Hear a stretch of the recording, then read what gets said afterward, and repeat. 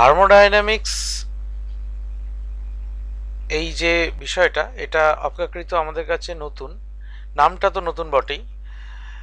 এখানে বুঝতেই পারছো যে হিটের সঙ্গে একটা মোশনের কোথাও একটা সম্পর্ক বা রিলেশন আছে। তো এই যে রিলেশন, এই রিলেশনটা মূলত হিট অ্যান্ড ওয়ার্কের মধ্যে যে রিলেশন, সেইগুলো নিয়ে এখানে স্টাডি করা হয়। এবং এই ক্ষেত্রে এই মানে কি বলবো, এই ব্রাঞ্চ অফ সায়েন্সটাকে থার্মোডাইনামিক্স নাম দেওয়া হয়েছে। যদিও ক্লাস 9-এ আমরা সামান্য পরিমাণে এই থার্মোডাইনামিক্সের গোড়ার কথা কিছুটা পড়ে এসেছিলাম, একদম পড়িনি তা নয়। সেটা কি? সেটা ছিল হচ্ছে আমরা একটা রিলেশন পড়েছিলাম, মনে করে দেখো, W is proportional to H. এবং সেটাকে যখন ইকুয়েশন ফরম্যাটে নিয়ে যাওয়া হয়েছিল, সেখান থেকে আমরা পেয়েছিলাম W equal to J H, যেখানে যেটাকে বলা হয়েছিল joules constant, mechanical equivalent of heat নাম দেওয়া হয়েছিল। এবং এই জুলস কনস্ট্যান্টের একটা ভ্যালু ছিল in CGS system 4.2 into 10⁷ erg per calorie. আর যদি খিচুড়ি সিস্টেমে ভাবো, মানে অর্থাৎ সিজিএসএসআই মেশানো সিস্টেমে 10⁷ আর্ক মানে 1 জুল, তাহলে 4.2 জুল পার ক্যালোরি। আবার হিট ইউনিট অনুযায়ী 1 calorie is equal to 4.2 joule, তাহলে ক্যালোরির জায়গায় 4.2 জুল যদি বসিয়ে দাও, তাহলে 4.2 জুল বাই 4.2 জুল কেটে কেটে গিয়ে সাফ হয়ে যায়, এবং এসআই সিস্টেমে এই জুলস কনস্ট্যান্ট ভ্যানিশ করে যায়। ডাইমেনশনলেস শুধু নয়, এই জুলস কনস্ট্যান্টের ভ্যালুটা 1 হয়ে যায়, তার মানে ডাব্লিউ ইকুয়াল টু এইচ হয়ে যায় ইন এসআই সিস্টেম। এই জিনিসটা আমরা পড়েছিলাম। অর্থাৎ সহজ ভাষায় বলতে গেলে, যেমন ধরো এই শীতকালে আমাদের শীত করলে এইভাবে হাতগুলোকে এইভাবে রগড়াই যখন হাতটা গরম হয়, যত বেশি রগড়াবো তত বেশি গরম হবে। এটা তো আমাদের সাধারণ মানে অভিজ্ঞতা তাই বলে।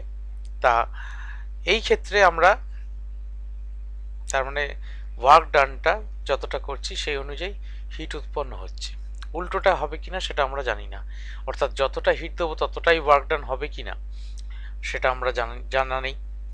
উপরন্তু এতদিন পর্যন্ত কোথাও আমাদের বলেনি, মানে কোনো এমন কোনো ল আমাদের ছিল না। আমরা নিজেদের অভিজ্ঞতা ভিত্তিতে এতদিন অঙ্ক কষতাম হিটের, যে সবসময় যখন একটা হটার বডি একটা কোল্ড বডির সংস্পর্শে আসে, the hotter body will release heat and the colder body will absorb heat. এটা তো আমাদের সাধারণ যে মানে কি বলবো, আমাদের এক্সপিরিয়েন্স, সেই এক্সপিরিয়েন্স থেকে আমরা এই কাজটা এতদিন করে এসেছি, সবসময়তেই তাই করে এসেছি। কিন্তু থার্মোডাইনামিক্সে আগে যা যা হিট পড়েছি, আমরা ক্যালোরিমেট্রি পড়েছি, ক্যালোরিমেট্রিতে heat gain equal to heat lost সবই বলা হয়েছে, কিন্তু কোথা থেকে মানে হিট যাবে, অর্থাৎ হটার বডি থেকে কোল্ডার বডিতে হিট যাবে, কোল্ডার বডি থেকে হটার বডিতে হিট যাবে না, এই কথাও বলা হয়নি। মানে কোনো এই বিষয়ে কোনো ডিরেকশন অফ হিট ফ্লো নিয়ে কোনো কথা বলা হয়নি। উপরন্তু কেন যাবে, কেন হটার বডি থেকে কোল্ডার বডিতে হিট যাবে সেই নিয়েও কোনো কথা বলা হয়নি, বা রাদার উল্টোটাও বলা হয়নি। তা সেই জন্যে থার্ড ল বলবো না, এই থার্মোডাইনামিক্স কিছু থার্মোডাইনামিক্স বলে একটা সাবজেক্ট তৈরি হয় যেটা কিছু সূত্র নিয়ে আসে। প্রথমেই আমরা যে জায়গাটায় আসবো সেটা হচ্ছে ফার্স্ট ল বলছে যে যখন কোনো একটা সিস্টেমে আমরা থার্মোডাইনামিক ভেরিয়েবল বলে একটা টার্ম শিখব। নাও হোয়াট ইজ থার্মোডাইনামিক ভেরিয়েবল, এই কথাটা একটুখানি বুঝে নিই। অর্থাৎ হিট অ্যাপ্লাই করলে যে যে প্রপার্টিগুলোর পরিবর্তন হয় কোনো সাবস্টেন্সে, সেই সমস্ত প্রপার্টিগুলোই কিন্তু থার্মোডাইনামিক ভেরিয়েবল হিসেবে আমি ডিনোট করতে পারি। কীরকম না, খুব সহজ উদাহরণ হচ্ছে ভলিউম তো হিট বাড়ালে, হিট দিলে ভলিউম বেড়ে যায়, এবং সেই প্রিন্সিপালটাকে কাজে লাগিয়ে থার্মোমিটার তৈরি করা হয়, জানো তোমরা। তো ব্যাপার হচ্ছে যে এই যে মানে হিট অ্যাবজর্ব করে এই যে প্রপার্টির চেঞ্জ, এরকম আরও অনেক প্রপার্টির ক্ষেত্রে এই ঘটনাটা ঘটে। ভলিউম তো একটা এক্সাম্পল দিলাম মাত্র। আর কি কি চেঞ্জ হতে পারে? গ্যাসের বেলা তো ভলিউম মারাত্মকভাবে চেঞ্জ হয়। সলিডের বেলায় লেন্থ চেঞ্জ হতে পারে। সলিড যদি একটা তার নিই, তার যদি হিট মানে টেম্পারেচার বাড়াই, তাকে যদি হিট করা হয় তাহলে তার লেন্থ বেড়ে যেতে পারে। এছাড়া এছাড়া আর যেটা হতে পারে যে স্টেট চেঞ্জ করতে পারে হিট দিলে, যা যা ঘটনা ঘটে। যদিও স্টেট চেঞ্জ করাটার বিষয়টা একটু অন্যরকম হয়ে যায়, কারণ স্টেট চেঞ্জ করার সময় যে সলিডের বেলায় যে লসগুলো বা লগুলোকে আমরা ফলো করছিলাম, হঠাৎ করে মেটেরিয়ালটা যদি স্টেট চেঞ্জ করে লিকুইড হয়ে যায়, তাহলে সেই লগুলো আর কাজে লাগানো যায় না, তখন আবার তার জন্য আবার নতুন করে সব লটা তৈরি করতে হয়। তা স্টেট চেঞ্জটা আপাতত যদি বাকি রাখি। এছাড়া ম্যাগনেটিক প্রপার্টি চেঞ্জ হয়, তোমরা ক্লাস 12-এ পড়বে খানিকটা, যে টেম্পারেচার বাড়ালে একটা ম্যাগনেট তার ম্যাগনেটিক প্রপার্টি খানিকটা লুজ করে, এবং একটা টেম্পারেচার পরে হিট করলে পার্মানেন্টলি লুজ করে।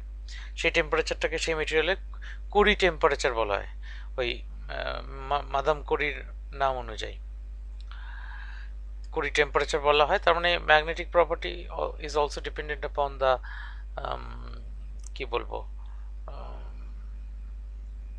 টেম্পারেচার। এছাড়াও কেমিক্যাল রিয়াকশন তো খুব গভীরভাবে নির্ভর করে। হ্যাঁ, তুমি ধরো কয়লা ফুয়েল তোমরা জানো, কিন্তু কয়লা তুমি যদি না আগুন লাগাও তাহলে কিন্তু কয়লা জ্বলবে না, এবং সেই একটা কয়লা ধরিয়ে দিলে সেখান থেকে গোটা কয়লা খনিতে আগুন লেগে যেতে পারে, কিন্তু আলটিমেটলি তোমাকে একটা কয়লাতে আগুন লাগাতে হবে। তার মানে you have to apply some heat initially. তারপর কেমিক্যাল রিয়াকশনটাকে তোমায় ট্রিগার করতে হবে, না হলে কিন্তু এই কেমিক্যাল রিয়াকশনটা ঘটবে না। আমরা যখন দেশলাই কাঠি জ্বালাই, দেশলাই কাঠিতে ওই বারুদটা এমনি রাখা আছে, কিছু হচ্ছে না, কিন্তু বারুদটা দিয়ে যখন ওই ধারে ঘষি, তখন ফ্রিকশনের ফলে যে হিটটা উৎপন্ন হয়, সেই হিটটা কিন্তু দেশলাই কাঠির বারুদে আগুন ধরিয়ে দেওয়ার জন্য সাফিসিয়েন্ট। তাই জন্যে ওই বারুদে আগুন লেগে যায়। তা আমরা একবার প্রথম থেকে পরপর তাহলে ম্যাথামেটিক্যালি অলরেডি জানি W আমাদের পড়তে হচ্ছে, W equal to J, J equal to W/H, যেটা বলছিলাম, যেটাকে মেকানিক্যাল ইকুইভ্যালেন্ট অফ হিট বলা হয়। এই প্রপোর্শনালিটি রিলেশনটা তোলবার জন্যই যে কনস্ট্যান্টটাকে নিয়ে আসা হয়েছে। J এর ভ্যালু হচ্ছে 4.2 × 10⁻⁷ আর্ক পার ক্যালোরি CGS-এ। এবার 10⁻⁷ আর্ক মানে 1 জুল, তাহলে 10⁻⁷ আর্কের বেলায় আমি 1 জুল বসিয়েছি, তাহলে 4.2 জুল বাই ক্যালোরি, তাহলে 4.2 জুল বাই 1 ক্যালোরি। আবার 1 ক্যালোরি সমান হিট ইউনিটে 4.2 জুল, তাহলে 4.2 জুল বাই 4.2 জুল, তাহলে কেটে কুটে গিয়ে 1, তাহলে সেটা ডাইমেনশনলেস এসআইতে। তার মানে W ইকুয়াল টু H, এই যেটা ভ্যানিশ করে যায়। এইবার ফার্স্ট ল নিয়ে একটু আলোচনা করি। ফার্স্ট ল নিয়ে আলোচনা করবার আগে আরও একটা কথা বলে নিই, সেটাকে জিরোয়েথ ল নাম দেওয়া হয়েছে। জিরোয়েথ ল নাম দেবার আর কিছুই নয় কারণ পিছনে, কারণ প্রথমে যখন হিস্টোরিক্যালি যদি ইভেন্টগুলোকে সাজানো হয়, তাহলে দেখব যে ফার্স্ট ল প্রথমে তৈরি হয়, তারপরে হঠাৎ করে বিজ্ঞানীদের মনে হয় আরে জিরোয়েথ লটা মানে তার আগে একটা তো ল তৈরি হতে পারে, তা কিন্তু ফার্স্ট ল অলরেডি সবাই জেনে গেছে ফার্স্ট ল বলে, তাই জন্যে একের আগে কি আছে না জিরো আছে, তাহলে ওই লটা আরও ফান্ডামেন্টাল বলে সেটাকে জিরোয়েথ ল বলা হয়। জিরোয়েথ লটা কিছুই নয়, মুখে বলে রাখি, মানে খুব সহজ। সেটা হচ্ছে মানে রামের বন্ধু শ্যাম, শ্যামের বন্ধু যদি হয়, তাহলে রামের বন্ধু যদু, এইটা হচ্ছে জিরোয়েথ ল। মানেটা কি? অর্থাৎ ABC তিনটে ধরো বডি আছে, A বডি আর B বডি যদি থার্মাল ইকুইলিব্রিয়ামে থাকে, B আর C বডি যদি থার্মাল ইকুইলিব্রিয়ামে থাকে, তাহলে A আর C বডিও থার্মাল ইকুইলিব্রিয়ামে থাকবে। অর্থাৎ হোয়াট ইজ থার্মাল ইকুইলিব্রিয়াম? সহজ কথা বলতে গেলে এদের মধ্যে কোনো হিট এক্সচেঞ্জ হবে না। অর্থাৎ কখন হিট এক্সচেঞ্জ হয় না? যখন তাদের টেম্পারেচার সমান থাকে। অর্থাৎ সহজ কথা বলতে গেলে A আর B এর টেম্পারেচার যদি সমান হয়, B আর C এর টেম্পারেচার যদি সমান হয়, B আর C এর টেম্পারেচারও সমান হবে। এই আবার কিরকম কথা? সাধারণ কথা, সাধারণ কথা, কিন্তু ব্যাপার হচ্ছে যে এই ইকুইলিব্রিয়াম ব্যাপারটা একটুখানি গোলমেলে। সেই জন্যে ইকুইলিব্রিয়াম নামে সাম্য হলেও সাম্য চট করে তো ঘটে না, জানো, সব জায়গাতেই অসাম্য। তো সেই সাম্য ঘটানোর জন্যে মানে আলাদা করে একটা ল দেওয়ার দরকার পড়েছে আর কি। কারণ actually thermal equilibrium doesn't mean that there is not heat exchange. কি হয় সেখানে, থার্মাল ইকুইলিব্রিয়ামের বেলায় এ বিকে হিট দেয়, কিন্তু টেম্পারেচার ইকুয়াল থাকলেও হিট এক্সচেঞ্জ হয়, কিন্তু মজাটা হচ্ছে এ যতটা হিট বিকে দেয় বি ততটা হিট আবার একে ফেরত দেয়। অর্থাৎ there is a dynamic equilibrium always, মানে এই আদান প্রদানটা চলতেই থাকে, ফলে নেট হিট ট্রান্সফার জিরো হয়। তা এইটা হচ্ছে জিরোথ ল। তো যাকে জিরোথ ল নিয়ে আর মাথা ঘামিয়ে লাভ নেই, আপাতত আমরা ফার্স্ট লয়ে ঢুকে পড়ি। ফার্স্ট লয়ে দেখো, ফার্স্ট লয়ে আমরা যে রিলেশনটা দেখতে পাচ্ছি, প্রথমে DQ equal to DW plus DU. প্রথম কথা হচ্ছে আমরা এই থার্মোডাইনামিক্স পড়বো যখন হিটকে এইচ দিয়ে না লিখে কিউ দিয়ে লিখবো এখানে, এবং এখানে ডিফারেন্সিয়াল ফরম্যাটে লেখা হয়েছে, কারণ মানে সামান্য পরিমাণ হিট দেওয়া হয়েছে, সেই সামান্য পরিমাণ হিটটা কি কাজ করেছে, মানে কি কি করেছে, কি কি ঘটনা ঘটিয়েছে, কাজ করেছে বললে একটু ভুল বলা হবে, কি কি ঘটনা ঘটিয়েছে সেটা এবার একটু ডান পাশটা লক্ষ্য করব। ডিডাব্লিউ হচ্ছে ওয়ার্ক ডান, ডিইউ হচ্ছে ইনক্রিজ ইন ইন্টারনাল এনার্জি। এই ফার্স্ট ল পড়তে গিয়ে প্রথম শব্দ যেটা তোমরা নতুন শিখলে সেটা হচ্ছে ইন্টারনাল এনার্জি। ইন্টারনাল এনার্জি বা অভ্যন্তরীণ শক্তি, এর সম্বন্ধে আগে শোনোনি। আসলে ইন্টারনাল এনার্জি আর কিছুই না, ইন্টারনাল এনার্জি হচ্ছে সিস্টেমের টেম্পারেচার। কোনো একটা বডিকে হিট করছো, সে বডিটা টেম্পারেচার বাড়ছে, সেইটাই হচ্ছে তার ইনক্রিজ ইন ইন্টারনাল এনার্জি। যতটা টেম্পারেচার বাড়লো, মানে টেম্পারেচারের যদি তুমি এনার্জি ফর্মে তুমি যদি টেম্পারেচারকে লেখো, কারণ টেম্পারেচার ডাইমেনশন আর এনার্জি ডাইমেনশন তো সমান নয়, টেম্পারেচারকে যদি এনার্জি ডাইমেনশনে লেখো তাহলে কিন্তু সেটা আমরা ইন্টারনাল এনার্জি রূপে ভাববো। আসলে বেসিক্যালি মনে হতেই পারে যে কি এখানে ওয়ার্ক ডান সবসময় হবে, সবসময় নাও হতে পারে, ওয়ার্ক ডান নাও হতে পারে, কিন্তু আমরা আমাদের ফর আওয়ার জুরিসডিকশন, আমাদের জুরিসডিকশনে আমরা যে কোনো থার্মোডাইনামিক সিস্টেম বলতে ভাববো একটা পাত্রের মধ্যে, একটা কন্টেনারের মধ্যে আবদ্ধ গ্যাস, অর্থাৎ কিছুটা পরিমাণ গ্যাস একটা কন্টেনারের মধ্যে সিলড অবস্থায় রাখা আছে, সেই গ্যাসটা হচ্ছে আমাদের ওয়ার্কিং মেটেরিয়াল, এবং তার উপর আমরা হিট দিচ্ছি, কি কি ঘটনা ঘটবে দেখছি। তাহলে গ্যাসটা প্রথম কথা হচ্ছে হিট দিলে তার টেম্পারেচার বাড়বে নিঃসন্দেহে, তার মানে ডিইউ পার্টটা বৃদ্ধি পাবে। আর কি হবে না, গ্যাসটা খানিক এক্সপ্যান্ডও করবে, গ্যাসটা কিন্তু যা তার ভলিউম ছিল সেই ভলিউমে থাকবে না, এক্সপ্যান্ড করবে। তাহলে এক্সপ্যান্ড করবে মানে সেখানে ওয়ার্ক ডান করবে। কিভাবে করবে সেটা আমরা এর পরের পার্টটায় দেখব, কিন্তু ওয়ার্ক ডান করবে, এক্সপ্যান্ড করবে মানে ওয়ার্ক ডান করবে। তার মানে যে হিটটা আমি দিচ্ছি, it is performing two tasks, একটা হচ্ছে কিছুটা সে ওয়ার্ক ডান করছে, আর কিছুটা তার ইন্টারনাল এনার্জি বাড়াচ্ছে। Internal energy basically, internal energy বৃদ্ধি মানে হচ্ছে ওই গ্যাসটার ক্ষেত্রেই ভাবি, গ্যাসের যে kinetic energy of the molecules it increases. এই কাইনেটিক এনার্জি বেড়ে যায় বলেই টেম্পারেচার বেড়ে যায় সিস্টেমে। বেশ, মানে আসল কথা ওই ধরো কলিশন হয় এর মধ্যে, যত বেশি কলিশন হবে তত তোমার টেম্পারেচার ইনক্রিজ করার একটা বিষয় থাকবে। আচ্ছা, আমরা এখানে একটা কন্টেনার নিয়েছি, যেখানে কন্টেনারের খোলা মুখটা একটা পিস্টন দিয়ে আটকানো, যে পিস্টনটা আপ ডাউন করতে পারে ফিচকিরির মতো। এইবার আমি এবার একে হিট দিয়েছি, যে এখানে একটা বুনসেন ল্যাম্প জ্বলছে দেখছো, এবং বুনসেন ল্যাম্প জ্বলার ফলে এ ধরা যাক এ ফ্রিলি এক্সপ্যান্ড করতে দেওয়া হয়েছে একে, তোমার প্রেশারটা মানে আমি চেঞ্জ না করে যদি একে এক্সপ্যান্ড করতে দিই, তার মানে এটা খুব লুজলি আর কি আটকানো আছে পিস্টনটা, মানে একটু প্রেশার বাড়লেই এই সোজাসুজি উপরের দিকে উঠে যাবে। তা এইরকম টেম্পারেচার বাড়ানোর ফলে দেখা গেল পিস্টনটা এখানে তার ডিসপ্লেসমেন্ট হলো এক্স। তাহলে প্রেশার আমি অপরিবর্তিত রাখছি, আমি প্রেশার সিস্টেমে যদি মানে ভলিউমটাকে যদি কনস্ট্যান্ট রাখতাম তাহলে প্রেশার বেড়ে যেত, কারণ বুঝতেই পারছো মানে এই কন্টেনারটাকে যদি আমি মানে এর ভলিউমটাকে না ইনক্রিজ করতে দিতাম, তাহলে সেই অবস্থায় যদি হিট করতাম তাহলে প্রেশার চটচট করে বেড়ে যেত। কিন্তু এখন আমি প্রেশারটাকে কনস্ট্যান্ট রেখে ভলিউম বাড়তে দিয়েছি, তাহলে প্রেশার যদি পি বলি সেটা কনস্ট্যান্ট থাকবে, এবং প্রেশারটা ধরো P equal to F by A, এইটা ফর্মুলা প্রেশারের ছোটো থেকে পড়ে এসেছি, যেখানে এ হচ্ছে এই পিস্টনের সারফেস এরিয়া। আচ্ছা, এইবার এই পিস্টনটা যেখান থেকে এখানে মুভ করলো, কতটা তার জন্য ওয়ার্ক ডান করলো সিস্টেম, সিস্টেমই তো ওয়ার্ক ডান করলো, সেই তো ঠেলে পাঠিয়েছে এখানে। সেইটা যদি ডিডাব্লিউ বলি তাহলে সেই ডিডাব্লিউটা কতটা হবে না, force into displacement is your work done, ছোটোবেলা থেকে শিখে এসেছি।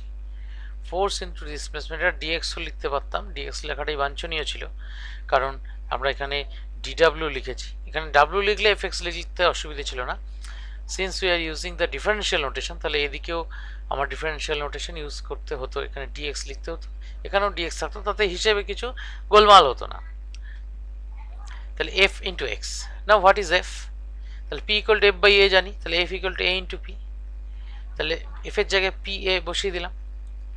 এবার এ ইন্টু এক্স, এ তো হচ্ছে এইটার এরিয়া আর এক্সটা হচ্ছে হাইট, তাহলে this is the volume of the increased portion of the cylinder, this is the increased volume, A into এক্সটা, সেটাকে আমরা small change in volume dV বলছি। এখানে যদি মনে মনে ডি বসাতাম তাহলে ডিএক্স এফ ডিএক্স, আর এখানে পি এ ডিএক্স হতো, ডিএক্সটা লেখাই ভালো, তাহলে এ ডিএক্স তখন ডিভি হতো, তাহলে পি ডিভি রইল, এই যে dV equal to A x না লিখে এ ডিএক্স লিখতাম।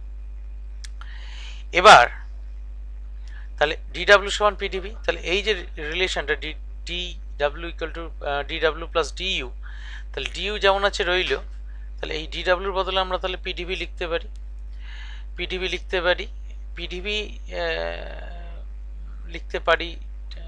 এই যে রিলেশনটা দেখো, PV equal to constant, Boyle's law class 10-এ পড়ে এসেছি।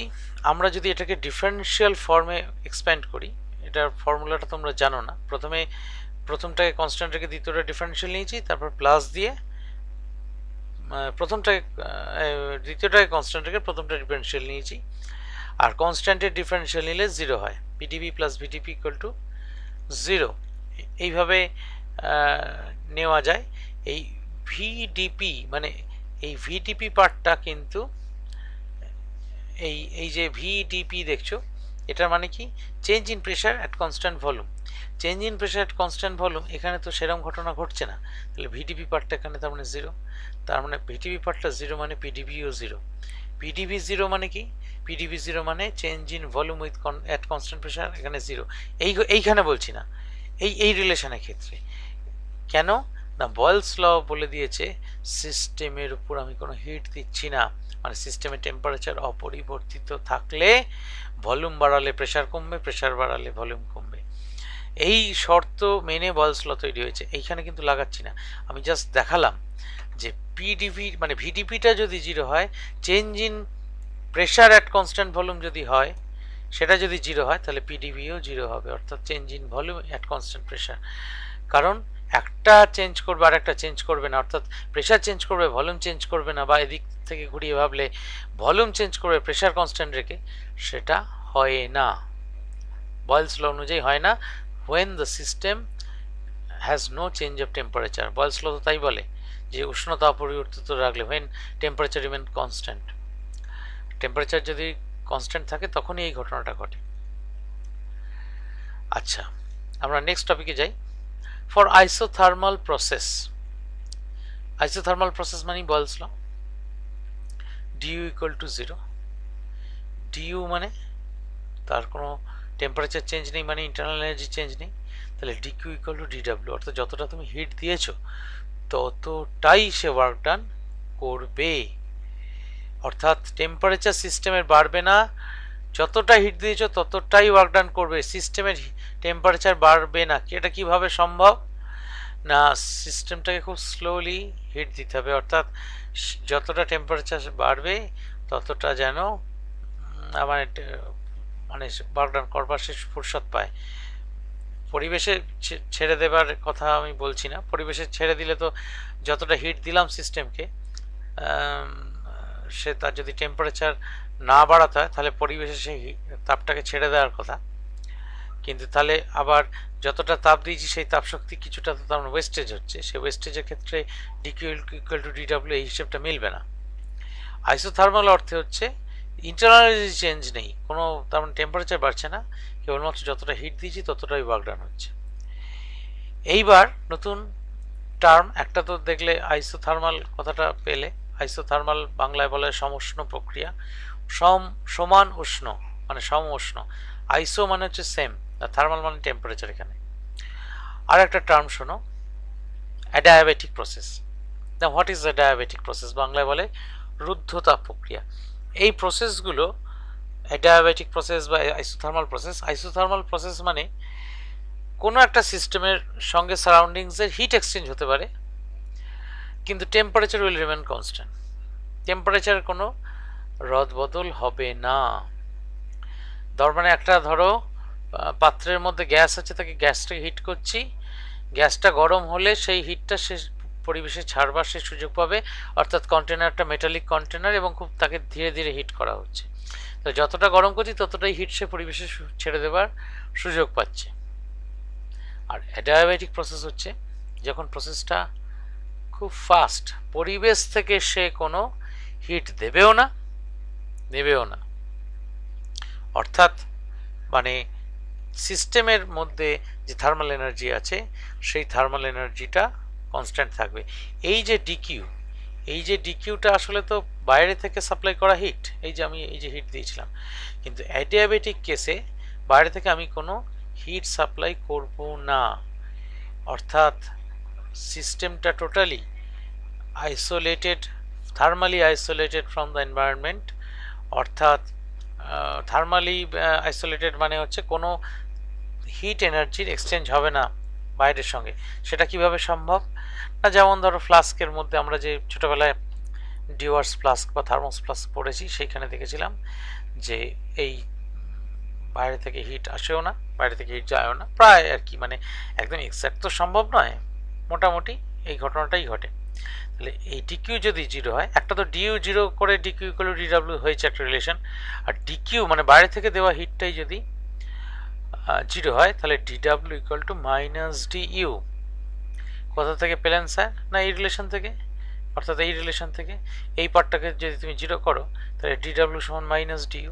পরিষ্কার বুঝতে পারছো, ইকুয়েশনের বাঁদিকে নিয়ে চলে গেছি। তাহলে এই ডিডাব্লিউ সমান মাইনাস ডিইউ, এটা অ্যাডিয়াবেটিক কম্প্রেশন হতে পারে, অ্যাডিয়াবেটিক এক্সপ্যানশন হতে পারে। মানেটা কি? মানেটা হচ্ছে তুমি ধরো এই যে পিস্টনটা, এই ছবিটা ব্যবহার করছি, এখানে হিট ফিট দিইনি, এই পিস্টনটা ধরো বা এই সিলিন্ডারটা ধরো থার্মালি ইনসুলেটেড ফ্রম দ্য এনভায়রনমেন্টের সঙ্গে কোনো তাপের আদান প্রদান হচ্ছে না। সেই অবস্থায় তুমি এই যে এখানে সিলিন্ডারটা ছিল, এইখান থেকে বাইরে জোর করে হাতল ধরে টেনে একে এক্সপ্যান্ড করিয়েছো, তাহলে এক্সপ্যানশন হয়েছে। আর বা হাতলে ঠেলা দিয়ে একে আরও কম্প্রেস করিয়েছো, কম্প্রেশন হয়েছে। সেই অবস্থার যে ঘটনাটা সেটাই হচ্ছে আমার ডিডাব্লিউ। সেইটা কিন্তু আমি বাইরে থেকেই এক্সিকিউট করাচ্ছি, কিন্তু বাইরে থেকে কোনো তাপের আদান প্রদান ঘটছে না সিস্টেমের মধ্যে, কিন্তু সেই ওয়ার্কডাউনটা তাহলে কি ঘটাচ্ছে না, চেঞ্জ ইন ইন্টারনাল এনার্জি, মানে চেঞ্জ ইন টেম্পারেচারে চেঞ্জ ঘটাচ্ছে। অর্থাৎ দেখব কম্প্রেশনের সময় সিস্টেমটা গরম হয়ে যাবে, যদি একটা সিস্টেমের মধ্যে থার্মোমিটার লাগানো থাকে। তুমি যদি অ্যাডিয়াবেটিক কম্প্রেশন করো দেখবে সিস্টেমটা গরম হয়ে যাচ্ছে, আবার যদি অ্যাডিয়াবেটিক এক্সপ্যানশন করো দেখবে সিস্টেমটা ঠান্ডা হয়ে যাচ্ছে। তোমরা এটা এক্সপেরিমেন্ট করে দেখতেই পারো। একটা বেলুনকে ফোলাবার পর হঠাৎ করে হাওয়াটা ছেড়ে দেবে এবং মুখের কাছে হাতটা রাখবে, দেখবে যে হাওয়াটা বেরিয়ে আসছে, সে হাওয়াটা ঠান্ডা। কেন ঠান্ডা? মানে অর্থাৎ এনভায়রনমেন্টের থেকে সেই এয়ারটার টেম্পারেচারটা কম, কারণ অলরেডি ওই বেলুনের মধ্যে যতক্ষণ ওই বাতাসটা ছিল সেটা কম্প্রেসড অবস্থায় ছিল, সেই বাতাসটা তো চাপ দিয়ে বড় হয়ে তো ফুলেছে আস্তে আস্তে, তাহলে সেটা কম্প্রেসড অবস্থায় ছিল। সেটা যখন রিলিজড হলো, রিল্যাক্সড হলো বা রিলিজড হলো, বাতাসটা তার মানে এক্সপ্যান্ড করলো। তাহলে এই যে এক্সপ্যানশনটা এটা তো সঙ্গে সঙ্গে হচ্ছে, মানে বেলুনটা প্রথম কথা রাবারের তৈরি, সেটা খুব থার্মালি কন্ডাক্টিং সারফেস নয়, খুব তাড়াতাড়ি হিট বাইরে থেকে আসবে বা বাইরে থেকে চলে যাবে এরকম নয়, মানে খুব সহজে হিটের এক্সচেঞ্জকে অ্যালাউ করবে না। তাহলে বেলুনটা যখন এক্সপ্যান্ড করবে তখন কি হবে, তখন ওই বেলুনটা নিজের ইন্টারনাল এনার্জি, বেলুনটা তাহলে এক্সপ্যান্ড করবার ক্ষমতা পাচ্ছে কোথা থেকে না, নিজের থেকেই নিচ্ছে। নিজের মধ্যে যে মানে সঞ্চিত বা স্টোরড এনার্জি আছে তার মধ্যে থেকেই নিচ্ছে, ফলে সিস্টেমের এনার্জি কমে যাচ্ছে এবং তার ফলে কি হচ্ছে, তার ফলে বেলুনটার মধ্যে থাকা যে গ্যাসটা সেটা ঠান্ডা হয়ে যাচ্ছে। এই যে মাইনাস ডিইউ, উল্টো ঘটনাটা ঘটে, দেখবে তোমরা যদি কোনোদিন সাইকেলের চাকায় ওই পাম্পারে করে হাওয়া দিয়ে থাকো, নিজেরা কোনোদিন হাওয়া দিয়ে থাকো, তাহলে দেখবে আফটার 3 or 4 স্ট্রোকস বা আরও 8-10টা স্ট্রোকের পর ওই পাম্পারের নজলটা গরম হয়ে যায়, কারণ ওখানে তুমি খুব দ্রুত পাম্পারের মধ্যে থাকা এয়ারটাকে কম্প্রেস করছো, এবং কম্প্রেস করছো বলে ওই যে হিটটা, পাম্পারের বডিটা যদিও মেটালের, কিন্তু তো অত তাড়াতাড়ি হিটটা পরিবেশে লিবারেটেড হতে পারে না, রিলিজড হতে পারে না, সেই জন্যে ওই দ্রুত গরম হওয়ার জন্য পাম্পারের যে সিলিন্ডারের যে বডিটা সেটা টেম্পারেচার বেড়ে যায়। ক্লিয়ার এই অবধি? হ্যাঁ স্যার। হ্যাঁ স্যার। আচ্ছা, এরপর স্পেসিফিক হিট অফ হ্যাঁ gases, sir. Specific heat of গ্যাসেসে আসি। স্পেসিফিক হিট অফ গ্যাসেস পড়ার আগে একটা কথা বলি, স্পেসিফিক হিট অফ সাবস্টেন্স আমরা H = mst এই রিলেশন পড়ার সময় এসটা যে স্পেসিফিক হিট এবং সেটা মেটেরিয়ালের উপর ডিপেন্ড করে, সেটা অলরেডি পড়ে এসেছি, ছোটোবেলাতেই পড়ে এসেছি। গ্যাসের বেলায় স্পেসিফিক হিট, একটি স্পেসিফিক হিট নিলে সমস্যা তৈরি হচ্ছে দেখা যাচ্ছে, কারণ গ্যাসের একটা ধর্ম হচ্ছে, গ্যাসের একটা পিকুলিয়ার ধর্ম আছে, সলিড লিকুইডের বেলায় যেই প্রপার্টিটা ছিল না আর কি, সমস্যাটা তৈরি হয়নি। সেটা হচ্ছে গ্যাস কিন্তু হিট দিলে তার ভলিউমও বাড়ে, প্রেশারও বাড়ে। হিট দিলে তার ভলিউমও বাড়ে, প্রেশারও বাড়ে, দুটো জিনিসই ঘটে। তাই জন্যে আমরা এই গ্যাসের বেলায় যখন হিট দেব, আমরা তো একসঙ্গে দুটো জিনিস পড়তে আমাদের অসুবিধা, সেই জন্য আমরা করব কি, আমরা সিস্টেমটাকে আমাদের সুবিধাজনক করবার জন্য আমরা একটি জায়গায় দুটো স্পেসিফিক হিট কল্পনা করব। একটাকে নাম দেব specific heat at constant volume, এই যে specific heat at constant volume, আর একটা নাম দেব specific heat at constant pressure. এই স্পেসিফিক হিট অ্যাট কনস্ট্যান্ট ভলিউমটাকে আমরা ছোট হাতে সি সাফিক্স ভি দিয়ে লিখব, যেটা কনস্ট্যান্ট সেটাই সাফিক্স হবে।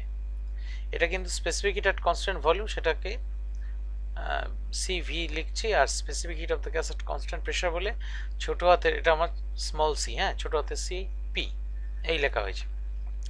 তাহলে H = mst যে ফর্মুলা, সেই অনুযায়ী তাহলে H এর বদলে কিউ লিখবো, এখানে তো সবই কিউ দিয়ে লেখা হচ্ছে। কিউ = m গ্যাসের মাস, সিভি আমি যদি ভলিউমটাকে কনস্ট্যান্ট রেখে গ্যাসটাকে কিউ পরিমাণ হিট দিয়ে থাকি, ভলিউমটাকে কনস্ট্যান্ট রেখেছি মানে সিলিন্ডারটা একটা শক্তপোক্ত সিলিন্ডার, তার ভলিউম কোনোভাবেই ইনক্রিজ করবে না। ধরো তোমাদের বাড়িতে যে এলপিজি সিলিন্ডার আছে, তার ভলিউম তো বারবার কোনো চান্স নেই, খবরদার কোনো দিন হিট দিও না, যেন বাস্ট করে যাবে। আর টি হচ্ছে চেঞ্জ ইন টেম্পারেচার, টেম্পারেচার বাড়লো, আর সে তো বাড়তেই পারে। ধরো তোমার বাড়িতে যে সিলিন্ডার আছে সেটা শীতকালে যখন বাইরের টেম্পারেচার 10°C, তখনও সেই টেম্পারেচারের মধ্যে গ্যাস ভরা আছে, আবার গরমকালে যখন 40°C তখনও তার মধ্যে গ্যাস ভরা আছে। তার মানে আমার তো 10°C থেকে 40°C অব্দি টেম্পারেচার ইনক্রিজ করছি, নর্মালি করছে, তাও কিন্তু বাস্ট করছে না, সেইভাবেই শক্তপোক্ত cylinder.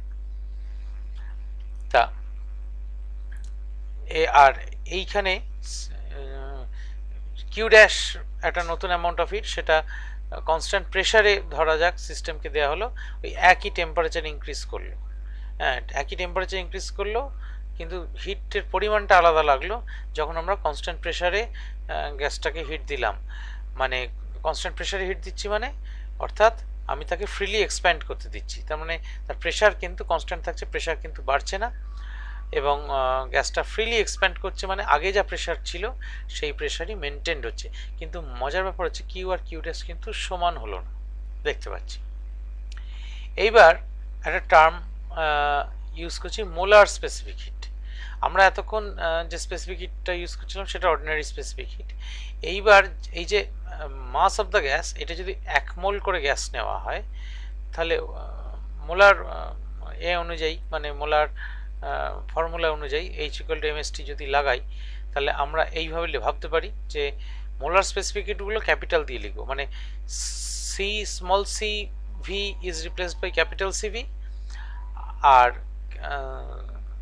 Small CP is replaced by capital CP, এই যে লিখিয়ে দিয়েছি। If the mass of the gas is taken to be 1 mole, then CV is replaced by CV, মানে small CP is replaced by capital CP and small CP is replaced by capital CP. এটা just notation, আর কিছু না। তাহলে এই যে রিলেশনগুলো, অর্থাৎ এই যে রিলেশনগুলো লিখেছিলাম, এই রিলেশনগুলো একটু চেঞ্জ করে লিখি।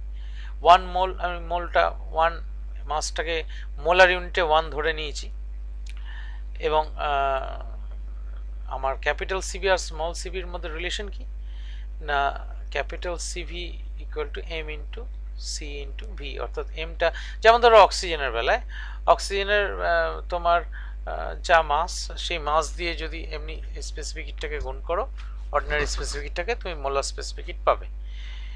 এইটা হচ্ছে এদের মধ্যে রিলেশন, কারণ আমি সাবস্টেন্সটা নিয়েছি 1 মোল। তা এবার সেই 1 মোল গ্যাসটাকে আমি যখন এই রিলেশনে ফেলছি, মোলার মানে ফর্মে নিয়ে যাচ্ছি, তখন কিউ ইকুয়াল টু তাহলে 1 ইন্টু সিভি ইন্টু টি হচ্ছে, 1 মোল করে নিয়েছি বলে, আর কিউ ড্যাশ হচ্ছে 1 into CP into T, but Q and Q dash are not same.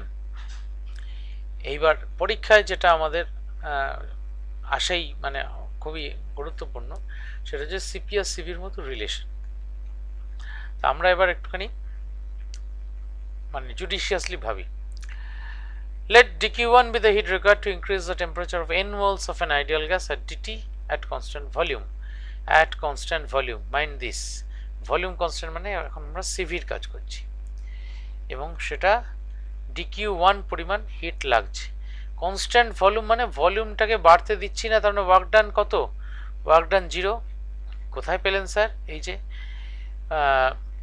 Constant volume, অর্থাৎ আমরা এই যে এই ভলিউমটাকে যদি বাড়তে না দিই, তাহলে এই ভলিউম মানে হিট দিচ্ছি সিস্টেমকে, কিন্তু ভলিউমটা কনস্ট্যান্ট হয়ে বসে আছে, তাহলে এর তো কোনো ওয়ার্ক ডান হচ্ছে না, এ তো ডিসপ্লেসমেন্ট হচ্ছে না, তাহলে পিডিবি নেই, তাহলে সেটা তো আমরা কনস্ট্যান্ট ভলিউম, ভলিউম তো যা ছিল তাই রইল। তাহলে আমরা সেই জায়গাটাতে ফিরে যাই, তাহলে এর ক্ষেত্রে ডিডাব্লিউ 0, মানে কোনো এক্সটার্নাল ওয়ার্ক ডান হচ্ছে না। তাহলে ফার্স্ট ল অনুযায়ী তাহলে dq1 equal to dU plus ডিডাব্লিউ, এইটা তো ফার্স্ট ল ছিল, তাহলে ডিডাব্লিউটা 0 এইমাত্র বলে নিয়েছি। তাহলে dq1 হচ্ছে ডিউ ইকুয়াল টু, তাহলে আমার এই সূত্র অনুযায়ী n 1 মোলের জন্য ছিল সিভি ইন্টু টি, তাহলে n মোলের জন্য এন সিভি ইন্টু টি। দেখো এন সিভি ইন্টু ডিটি, আমি ডিটি পরিমাণ টেম্পারেচার বাড়িয়েছি, এই টিটা হচ্ছে কিন্তু কেলভিন ইউনিটে, হ্যাঁ ক্যাপিটাল টি আছে, অ্যাবসলিউট টেম্পারেচার। তাহলে এই রিলেশনটা বুঝতে নিশ্চয়ই অসুবিধে নেই আশা করি।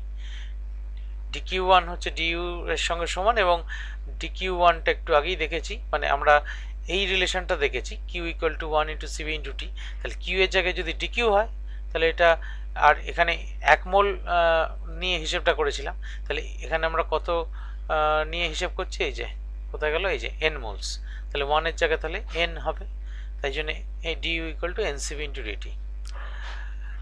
Now let dq2 be the heat required to increase the temperature of n moles of an ideal gas by dt at constant pressure. প্রেসারটা কনস্ট্যান্ট রাখছি, তার মানে আমি এই ভলিউম ইনক্রিজটাকে অ্যালাউ করছি।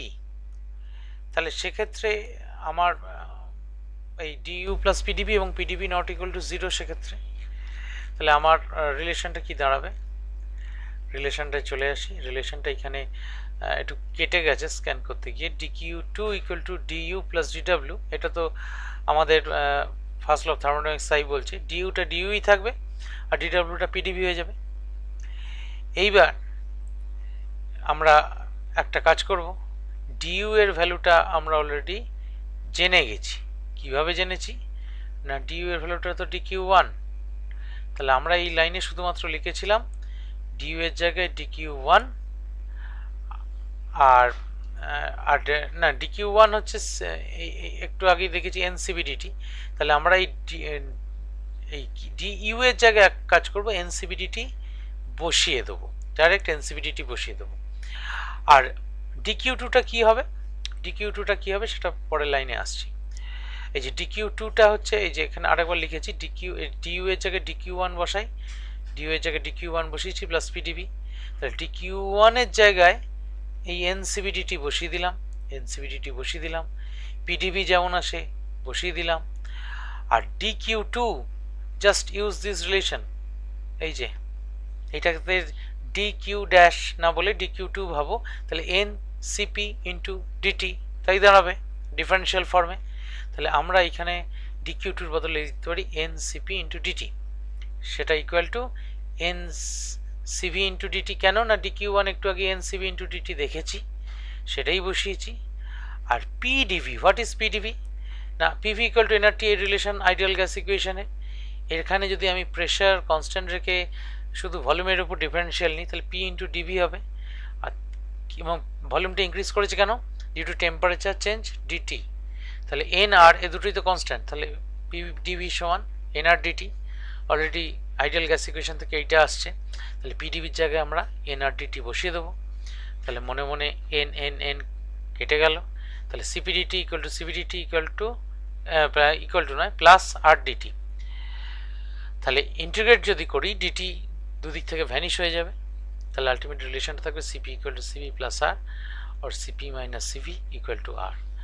এবং তার মানে বুঝতেই পারছো CP is greater than CV, অর্থাৎ তোমার molar specific heat at constant pressure, it is greater than molar specific heat at constant volume. এবার বলো কিছু প্রশ্ন আছে কিনা। এই জায়গাগুলো কিন্তু ফেলে রাখবে না, না হলে কিন্তু পরবর্তীকালে সমস্যায় পড়ে যাবে। আছে প্রশ্ন?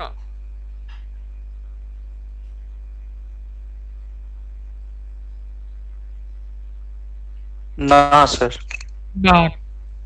আচ্ছা, রেশিও অফ স্পেসিফিক হিটস এইটা একটু দেখিয়ে দিই, এইটা দেখিয়ে দিয়ে শেষ করি আজকের ক্লাস। সিপি আর সিভি এই দুটোর যে রেশিও, মোলার স্পেসিফিক হিটের যে রেশিও, সেটাকে গামা লেটার দিয়ে লেখা হয়। এবং গামার ভ্যালু, গামার মোনোঅ্যাটমিক গ্যাসের জন্য হিসেব করে দেখা যায় 1.67, ডায়াটমিকের জন্য 1.4, ট্রায়াটমিক গ্যাসের জন্য যেমন ওজন বা ধরো কার্বন ডাইঅক্সাইড ট্রায়াটমিক গ্যাস, এদের জন্যে 1.33।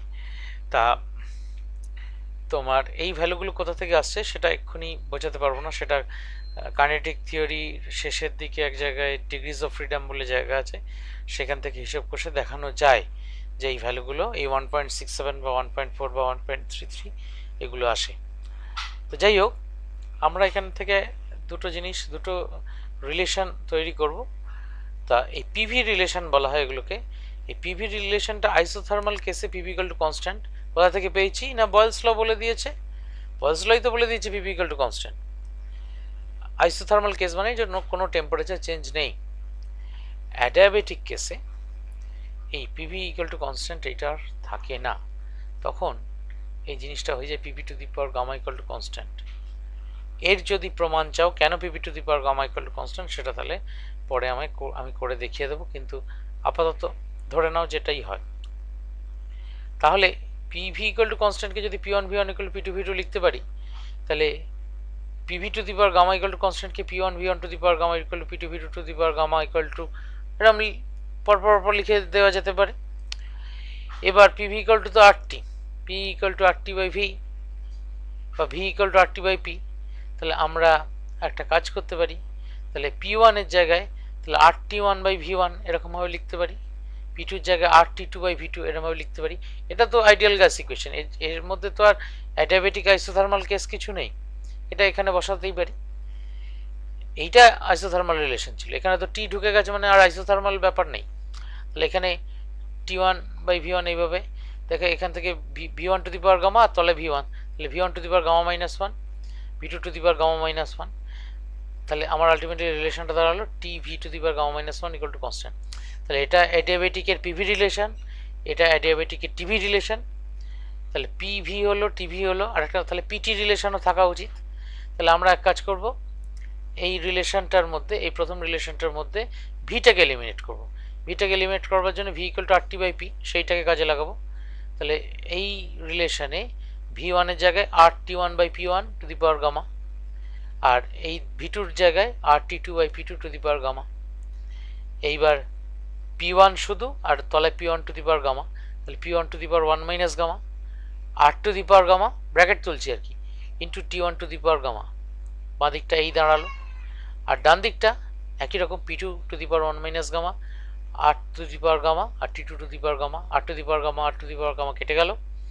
তাহলে জেনারেলাইজ করলে পি ওয়ান P1 P2 আর লিখছি না, P to the power 1 minus gamma, T to the power gamma equal to constant, অর্থাৎ this is PV relation of adiabatic case, this is TV relation for adiabatic case, and this is PT relation for adiabatic case.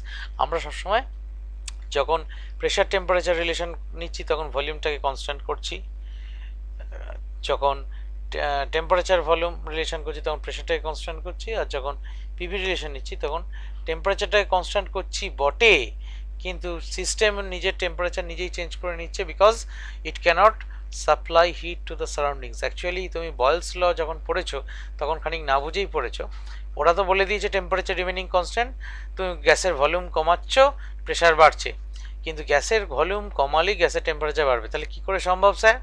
না, ওকে খুব ধীরে ধীরে করতে হবে, অর্থাৎ ওই যে ভলিউম কমানোটা, ওই কমানোটা এত ধীরে ধীরে করতে হবে যে পরিমাণ হিট ওর মধ্যে টেম্পারেচার যেটুকু বাড়বে তার জন্য যতটা হিট এনভায়রনমেন্টে ডিসিপেট করা দরকার সেই হিটটা যেন এনভায়রনমেন্টে ডিসিপেট করার সুযোগ পায়, so that the temperature of the system remains constant through out, otherwise it will violate Boyle's law. Clear? Clear হলো? হ্যাঁ স্যার। এই অবধি থাক। হ্যাঁ স্যার। অ্যাডিয়াবেটিক্স অফ স্টিপার দেন আইসোথার্মালস পরের ক্লাসে করব, আজকে তাহলে শেষ।